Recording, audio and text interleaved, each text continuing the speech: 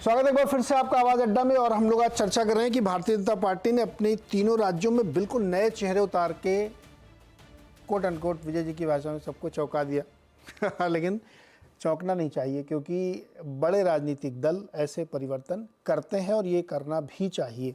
अब मेरे पास समय कम, छोटे छोटे लेते हैं। तुहिन जी, 2024 के लिए क्या माहौल, क्या तैयारी है आप लोगों की? सर देखिए, हम निरंतरता में यकीन रखते हैं, तो हमारी तैयारी तो हर वक्त 24 घंटे 365 दिन चलती रहती है। वो गीता का सार है कि आप अपना कर्म करिए, फल की चिंता मत करिए। तो यही चीज जो है आज हर कार्यकर्ता को लगभग जो है कन्वे कर दिया गया है, और हर कार्यकर्ता जो है हर वक्त कार्यरत है पार्टी को मैक्सिमम बहुमत दिलाने के प्रति। तो मुझे लगता है 350 से भी कहीं अधिक सीटें आने वाली हैं।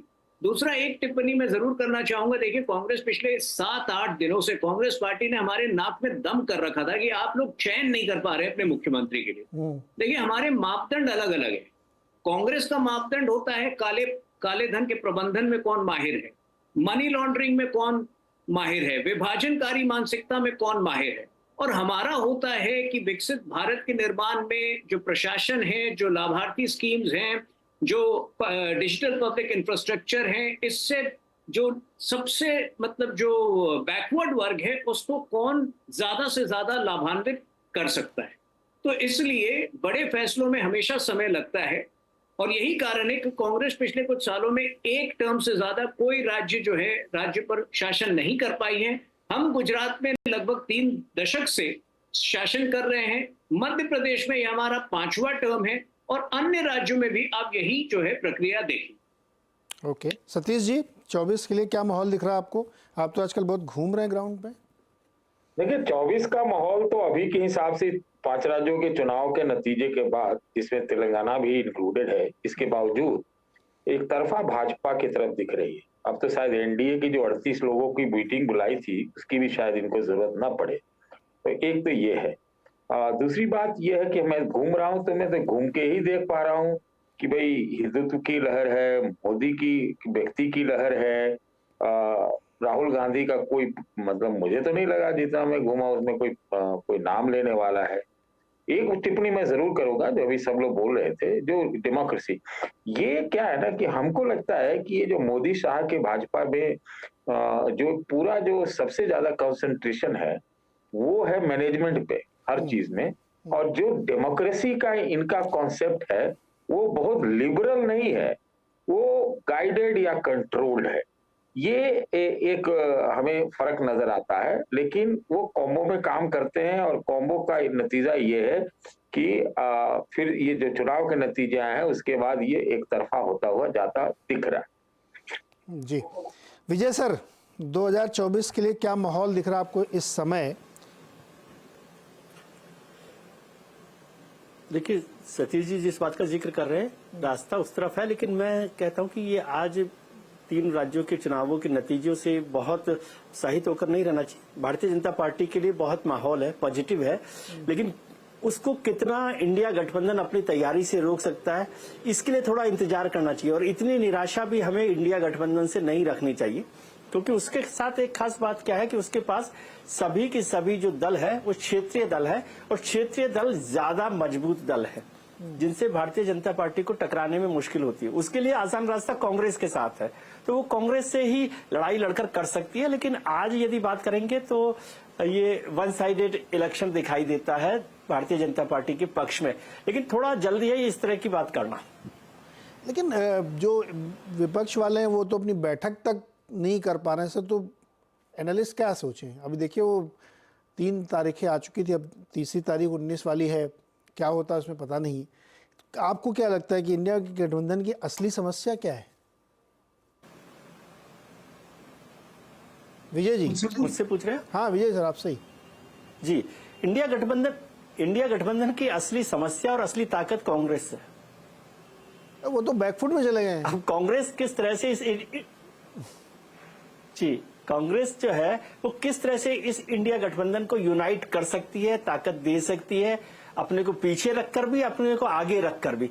ये एक बड़ी मुश्किल है, और इस द्वंद से अभी कांग्रेस निकल नहीं पा रही है कि उसको क्या भूमिका अदा करनी है इंडिया गठबंधन में। अभी वो बहुत छोटे छोटे मुद्दों पर अटकी हुई है और उसको अपनी मूल जो लड़ाई है वो दिखाई नहीं दे रही कि उसको बीजेपी के साथ किस तरह से एक ताकतवर लड़ाई लड़नी है। वो अकेले तो कम से कम नहीं लड़ सकती है, उसकी ताकत ये सारे सहयोगी दल हो सकते हैं इंडिया गठबंधन के, वो उनके साथ कैसे एडजस्ट करेगी, कैसे उससे अपनी ताकत बना पाएगी, ये एक बड़ा मुश्किल सवाल है। लेकिन इतना मुश्किल भी नहीं है। और कांग्रेस को इतना खारिज मत कीजिए, 4 करोड़ 91 लाख वोट तो अभी मिले ही है ना उस पार्टी को। सरकार नहीं बनी लेकिन 4 करोड़ 91 लाख वोट तो मिले हैं उनको, इसलिए खारिज करना भी ठीक नहीं है उनको। लेकिन पूरी तरह से ये कह देना कि अब वो कुछ कर देंगे, सरकार के नतीजे बदल जाएंगे 2024 के, ऐसा भी मुझे नहीं लगता है। नहीं, राजनीति में किसी को खारिज तो करना ही नहीं चाहिए और ना ही किसी को अंडर एस्टिमेट करना चाहिए। बहुत सारी चीज़ें तेज़ी से बदलती है, बात बिल्कुल आपकी सही है। संजय जी, क्या लगता है माहौल, तैयारी कैसी दिख रही दोनों साइड की? देखिए, एक पार्टी है जो उफान पे है और मुझे ये कहने में कोई लाग लपेट नहीं है कि 2024 मोदी के नाम पे है, तीसरी बार मोदी सरकार ही आएगी। केवल जो क्यूरियोसिटी होगा कि वो नंबर कहाँ पे जाता है, 303 के ऊपर या 303 के नीचे। अगर 303 के ऊपर जाता है तो बीजेपी स्वयं में कहाँ जाता है, 320, 325, और गठबंधन के या उससे और ऊपर, या गठबंधन के साथ जाती है तो कहाँ पे जाती है, केवल वही क्यूरियोसिटी। दूसरी चीज जो आप कह रहे थे कि मतलब कांग्रेस का, हर पार्टी का एक इमीडिएट ऑब्जेक्टिव, बीजेपी का इस समय इमीडिएट या ऑब्जेक्टिव क्या है कि हमारी संख्या कहाँ पे जाए। कांग्रेस की अगर कोई ऑब्जेक्टिव होगी तो उनके टेस्ट जो है वो 100 पे कि भाई इस बार तो हमें एलओपी की सीट मिल जाए, इस बार तो मतलब लोकसभा में एलओपी की सीट मिल जाए, इतना तो होगा। उसमें भी आप आपस में ऐसा किए हुए हैं कि मतलब जो समझ में ही नहीं आ रहा है। आपने सही कहा, आप एक डेट तक नहीं डिसाइड कर पा रहे हैं। आज तक आपने 2 डिसीजन लिए, I.N.E, I.A, लोगों से पूछ लीजिए इसका क्या मतलब है। एक दिन अलायंस पार्टनर के 10 लोग को बुला लीजिए चैनल पर, पूछ लीजिए, कहीं माइक भेज दीजिए और पूछवा लीजिए कि क्या उनको पता है इसके बारे में। दूसरी चीज ये है कि आप आज तक आपने फैसला क्या लिया उससे अलग कि बॉयकॉट करो, वो बॉयकॉट का बॉयकॉट आपके नेता ही ने कर दिया। तीसरी चीज है राहुल जी, प्रियंका जी भी इस बार बहुत मतलब तेजी से निकली थी। सबसे बड़े इसके सूत्रधार कौन थे? नीतीश कुमार जी। नीतीश कुमार जी के मतलब मैं कहना नहीं चाहता नीतीश कुमार जी के बारे में, उनकी जो अवस्था है या उनका जो प्रभुत्व है या क्या है उनके साम्राज्य में, वो बिहार के लोग से मतलब उस बारे में बहुत सारी चर्चा हो रही, तो नीतीश जी निगेट हो जाते हैं। नीतीश जी का पूरा जो आप इतना बड़ा कास्ट सेंसस का, उसी पे मिट्टी पानी धूप हवा सब लोगों की यही दवा खत्म हो गया।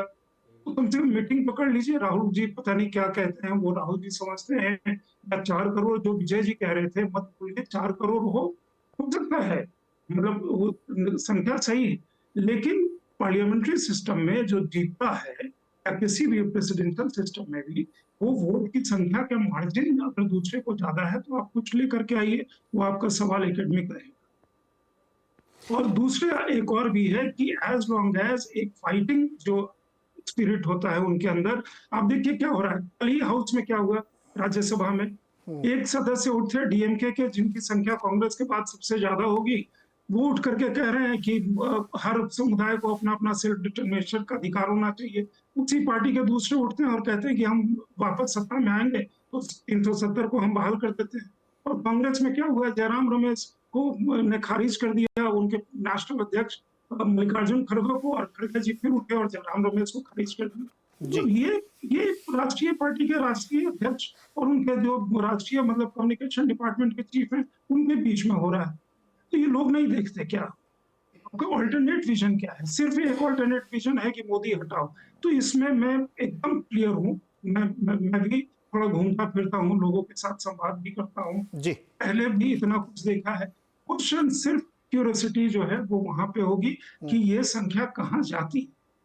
क्या आप देख रहे हैं किस तरह का हाल उत्तर प्रदेश समाजवादी पार्टी और कांग्रेस के बीच में चल रहा है, किस तरह का हाल अरविंद केजरीवाल के साथ चल रहा है, किस तरह का हाल ममता बनर्जी के साथ चल रहा है। राहुल जी अपना विदेश दौरा, 4 महीने बचे हैं, अभी रद्द कर दिया ना राहुल जी बेचारे, प्रेशर में विदेश दौरा साउथ ईस्ट एशिया जाते जाते। जी संजय जी, अब मुश्किल से 4 महीने बचे हैं लोकसभा चुनाव के और बीजेपी ने अपना पूरा होमवर्क कर रखा है। ये मतलब पार्टी ने अपने सारे नए मुख्यमंत्री उतारे हैं और ये पार्टी हमेशा प्रयोग करती रहती है और वो प्रयोग बहुत भविष्य दृष्टा टाइप के होते हैं, दूर की देख के लोग करते हैं और उनको सक्सेस मिलती है। तो जैसे विजय जी कह रहे हैं कि चूंकि सक्सेस मिल रही है तो इसमें आप कमी नहीं निकाल सकते। दूसरी तरफ बहुत होमवर्क की कमी दिखती है, कोई प्रिपेयर्ड नहीं दिखता, उसमें आपस में भी बहुत टकराव है। तो चूंकि 4 महीने सिर्फ लोकसभा के बाकी हैं, अब ये वाला चैप्टर तो क्लोज, अब चलो हो गया, 3 राज्यों में सरकारें बन गई, बीजेपी की और एक जगह कांग्रेस की और एक जगह किसी और की। अब यहाँ से आगे की कहानी जो चलेगी उसमें बहुत सारे इश्यूज और बहुत सारे नए तरीके के डिस्कशन सामने आएंगे जिस पे हम लोग चर्चा करेंगे अब लोकसभा के संदर्भ में। आज के लिए फिलहाल इतना ही। बहुत बहुत शुक्रिया आप सारे मेहमानों का, बहुत ही शानदार विश्लेषण करने के लिए कि इन 3 राज्यों में नई जो जनरेशन के शिफ्ट हुए हैं इसका क्या मतलब है देश के लिए, भारतीय जनता पार्टी के लिए और विपक्ष के लिए भी, क्योंकि बहुत बड़ा संदेश उनको भी दिया गया है। बहुत बहुत शुक्रिया सर आप लोगों का।